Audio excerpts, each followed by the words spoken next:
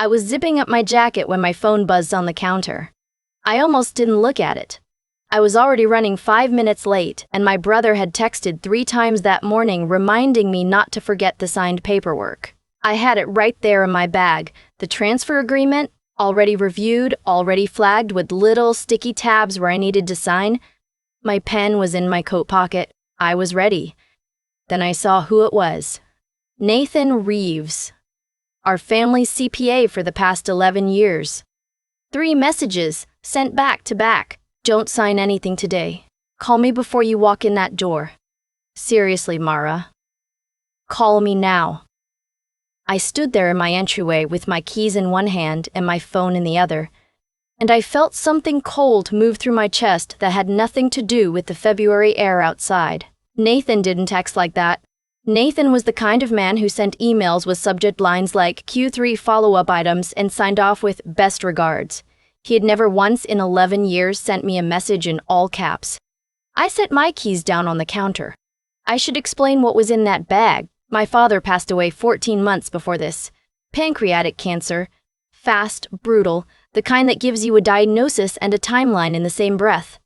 He was 61 years old. He had built a landscaping and property maintenance company from nothing, starting with a secondhand truck and a handful of clients in our hometown outside of Columbus, Ohio. By the time he got sick, the company had 32 employees, 2 locations, and contracts with 3 commercial property management firms. He left the business to his children equally. That was me and my older brother, Cody. For the first 8 months after Dad died, Cody and I ran things together. It wasn't smooth. It never is when grief and finances get tangled, but we managed. Cody handled operations. I handled the books, the client relationships, the invoicing. It worked because we split the load and because I trusted him completely. He was my big brother. He had taught me to ride a bike. He had driven 4 hours in a snowstorm to help me move out of a bad apartment when I was 23. I didn't have a reason in the world not to trust him. Then, about 6 months in, Cody came to me with a proposal. He said he wanted to buy me out. Not a hostile thing. He framed it warmly, practically. He said he thought it would be cleaner if one person ran the business instead of 2. That we'd stop second-guessing each other. That I could take the buyout and have financial security without the headache of co-ownership. He had a number ready. He said he'd had the company independently valued. The number was $214,000. For half of a company that had been generating over $800,000 in annual revenue for the past 3 years. I didn't know enough then to know that was wrong. I'm not a business attorney. I'm not a forensic accountant. I was a 29-year-old woman who had just lost her father and was being handed a piece of paper by her brother, who was looking at her with kind eyes and saying, "This is the right thing for both of us." I told him I needed a few weeks to think about it. He said, of course, take all the time you need, and then he called me every 4 days for the next month with gentle, reasonable-sounding reasons why sooner was better. I had called Nathan to ask him to look over the agreement before I signed. Just a routine check, I thought. Make sure the numbers made sense, make sure I wasn't missing anything.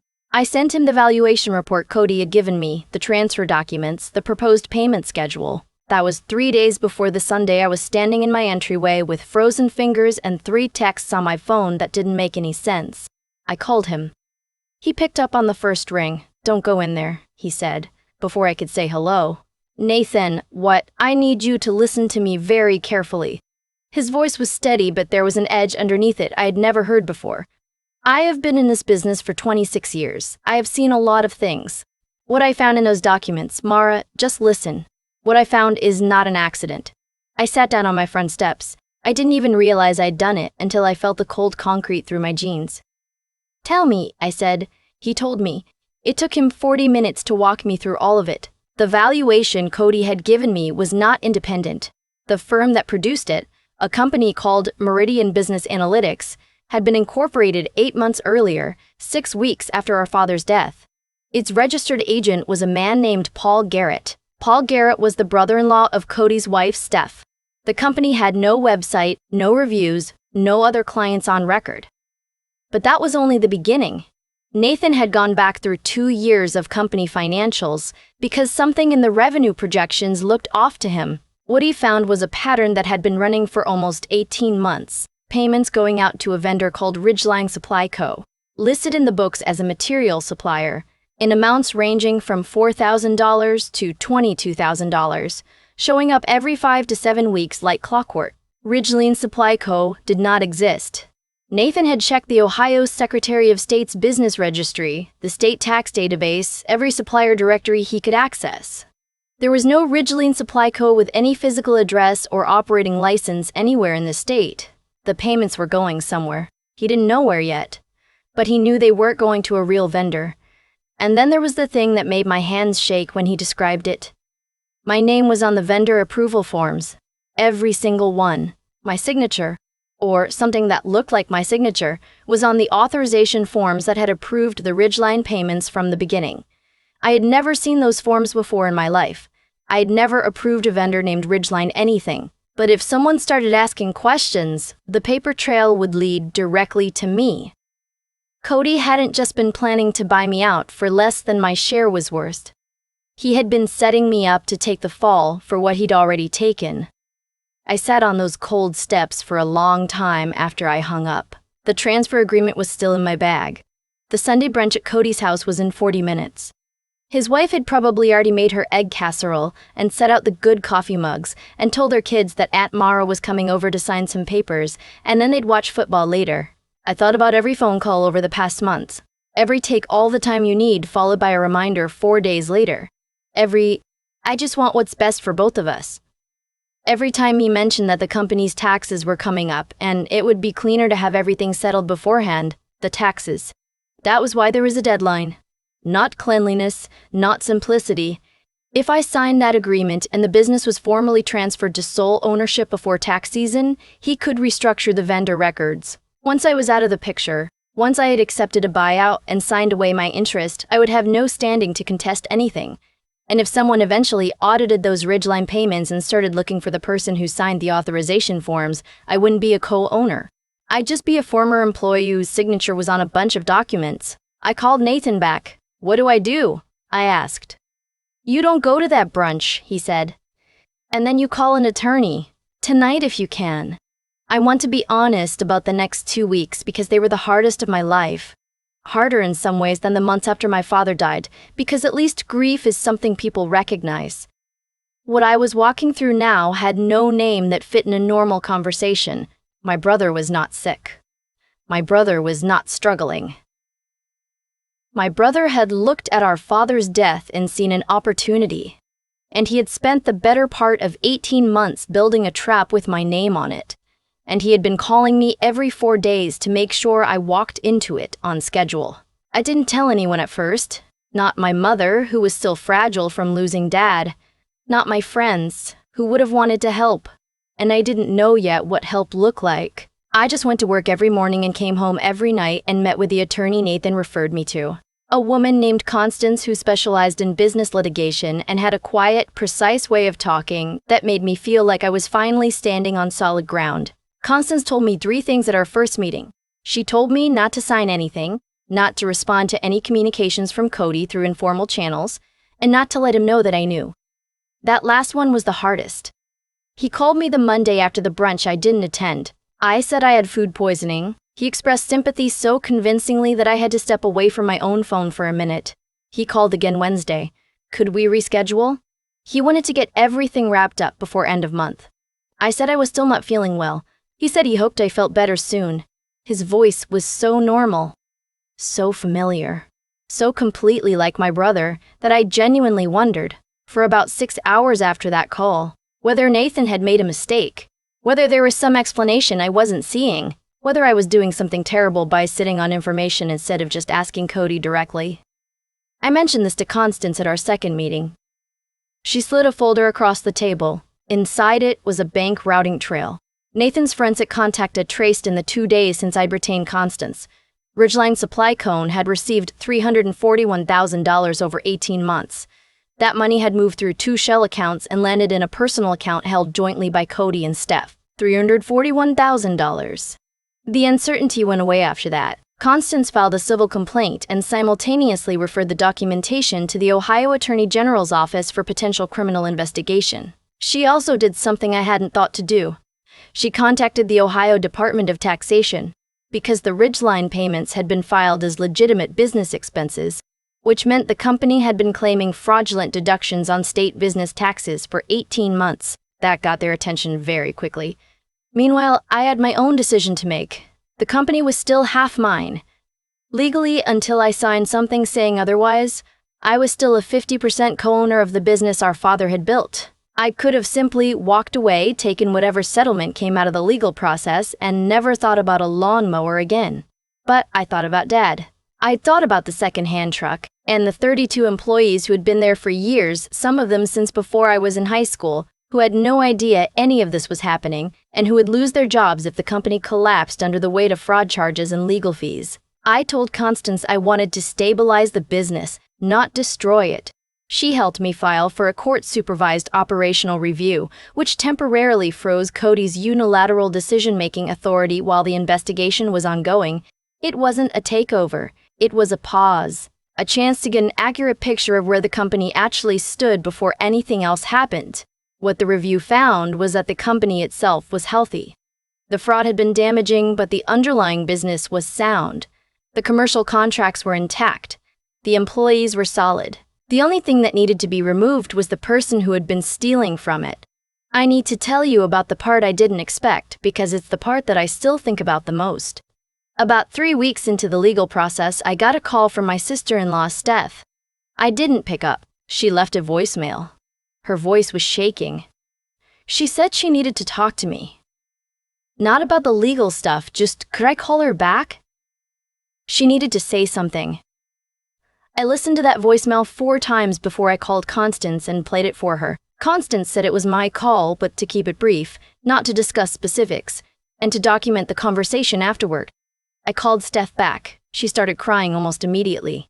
She said she hadn't known about the fake vendor. She said she thought the money coming in was from a side investment Cody had told her about, something to do with a property flip.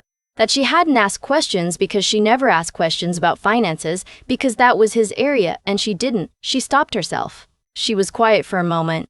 Then she said, I think I knew something was wrong and I didn't want to know.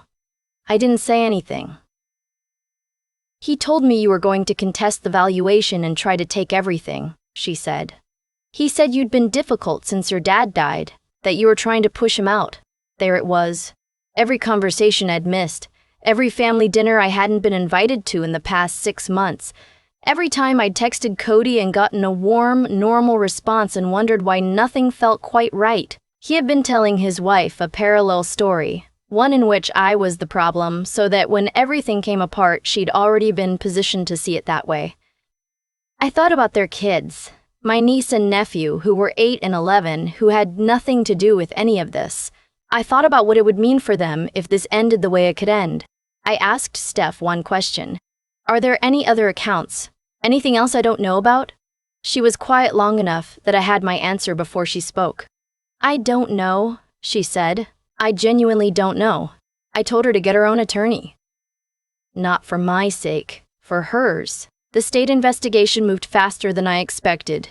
The combination of the civil filing, the tax fraud referral, and the documentation Nathan had compiled made for what Constance called a remarkably complete picture.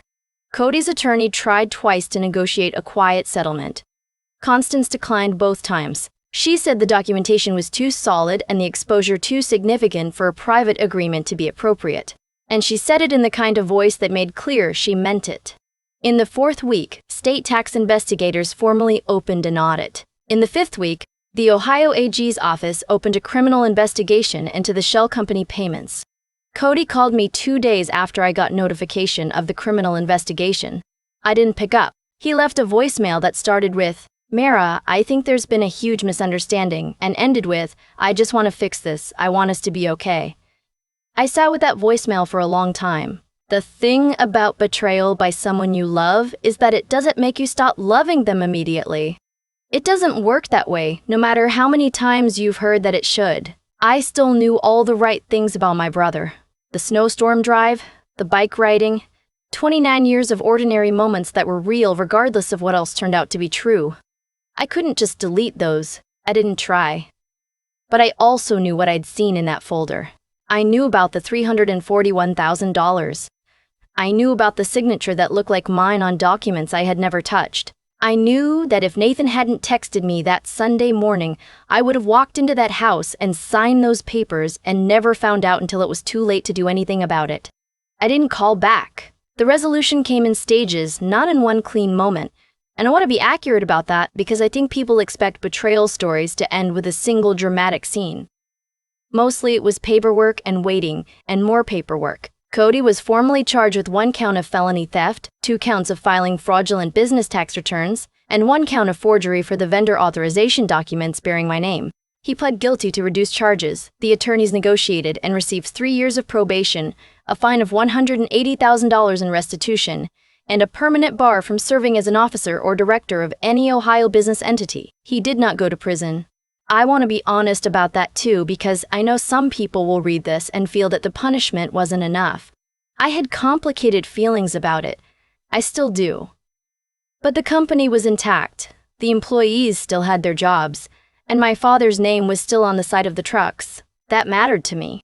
What happened to the company is that I bought Cody out at a proper valuation, done by an actual independent firm, one that had a website and a physical address and a receptionist who answered the phone. His half was worth considerably less than mine by the time the restitution obligation and legal costs were factored in. He accepted the number. I hired a general manager I trusted to handle day-to-day operations because I was honest with myself that running a landscaping company was not what I wanted to do with my life. But I kept ownership. I still have it. The 32 employees are still there, actually 35 now, because we picked up a new commercial contract in the spring. Nathan got a significant raise. He didn't ask for one. I gave it to him anyway. The part of this I think about the most now isn't the fraud, and it isn't the legal process, and it isn't even the conversation with Steph that still sits uneasily in my chest. It's that Sunday morning in my entryway. I was 5 minutes late. I had my keys in my hand. I was so close to just walking out the door that the phone buzzing on the counter almost felt like an inconvenience. I think about all the people who don't get that buzz, who walk through the door and sign the paper and only find out months or years later that they were standing in a room full of traps the whole time. I think about how ordinary betrayal looks from the outside, how it wears the face of someone you grew up with, someone who knows how you take your coffee, someone whose voice sounds exactly right even when everything they're saying is a lie. I was lucky. I had Nathan. I had Constance. I had enough instinct left to sit down on those steps and call back before I did anything I couldn't undo. I think about what my father would say if he knew. He built that company with his hands and his word, and the belief that the people around him were who they said they were. I think he would be heartbroken. And I think he would also be the first person to say that the company surviving is what matters. That the people who showed up to work every morning and did their jobs honestly are the ones who deserve for it to still be standing. It's still standing. That's the part I hold on to. I've thought a lot about what made the difference. Not in a dramatic way, not in a way that makes for a clean story. Just quietly, in the middle of ordinary moments. Making coffee, driving to work, sitting in my car after a long day. I come back to the same thing. It wasn't luck. Or maybe it was at first. Nathan texting instead of emailing. Me actually looking at my phone instead of leaving it on the counter. A CPA with enough experience and enough conscience to say something is wrong here and mean it. Those things were luck. I won't pretend otherwise. But everything after that was a choice. Every day I didn't call Cody back and ask him to explain himself. Every meeting with Constance where I sat still and listened instead of rushing toward a resolution that would have felt better in the short term and cost me everything in the long run. Every hour I spent not knowing whether the legal process would work, whether the documentation was solid enough, whether I had made the right call by not walking through that door. That was not luck. That was deciding, over and over again, to stay in the discomfort instead of taking the exit that was right there. I think about what Cody counted on. He counted on me being exactly who I had always been, the younger sibling who trusted, who didn't ask too many questions, who wanted things to be okay badly enough to accept a version of okay that wasn't real. He wasn't wrong about who I was. He was only wrong about whether that would last forever. There's something that happens when you find out the person who taught you to ride a bike has been building a trap with your name on it. You have to grieve the version of them you thought you knew. And you have to do it at the same time you're fighting them in a legal proceeding, and those two things are not compatible, and you have to carry both anyway. I didn't handle that gracefully. I cried in my car more times than I can count. I second-guessed myself constantly. I called Nathan on a Tuesday evening just to ask him one more time if he was sure, and he was very patient with me. What I learned, not as a lesson, not as something I could have read in a book, but as something I now understand in my body, is that integrity has a compounding effect in both directions. What Cody built over 18 months didn't just cost him money and his business standing. It cost him the ability to be trusted by anyone who looked closely at the record. And what Nathan did, one text, one phone call, the choice to say something uncomfortable because it was the right thing to do, that one act changed the entire outcome. I kept the company because Nathan paid attention. I kept my financial future because Constance was precise and prepared. I kept my own sense of self because at some point I stopped waiting for Cody to be who I needed him to be and started dealing with who he actually was. That's the part that took the longest. Longer than the legal process, longer than the financial recovery. Letting go of the version of my brother that existed before that Sunday morning in February. Understanding that loving someone and holding them accountable are not opposites, and that protecting yourself from harm is not the same as abandoning your family. My father's trucks still have his name on the side. That matters to me more than I can explain.